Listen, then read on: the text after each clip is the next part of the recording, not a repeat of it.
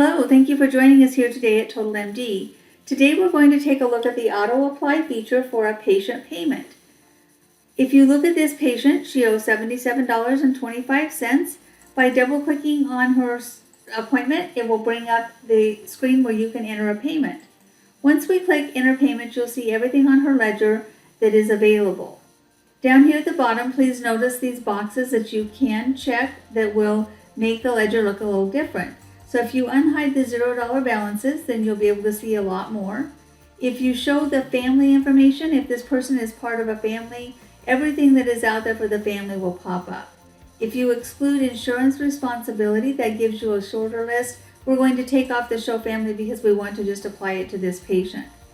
Once you've determined what you want to apply your payment to, if you're accepting a check, put in your check number, put in your payment amount, and then come to the left and auto apply. You'll see that the system automatically applies your payment to the oldest charges first, wiping out the $50 fee and putting $40 onto the $60 charge, leaving a $20 balance on that charge and a $7.25 late fee. So this patient now only owes $27.25 rather than the original amount that we started with. Once you come to the left and save your changes, it will take you back out of that screen. When you come in here, you now see the new patient balance.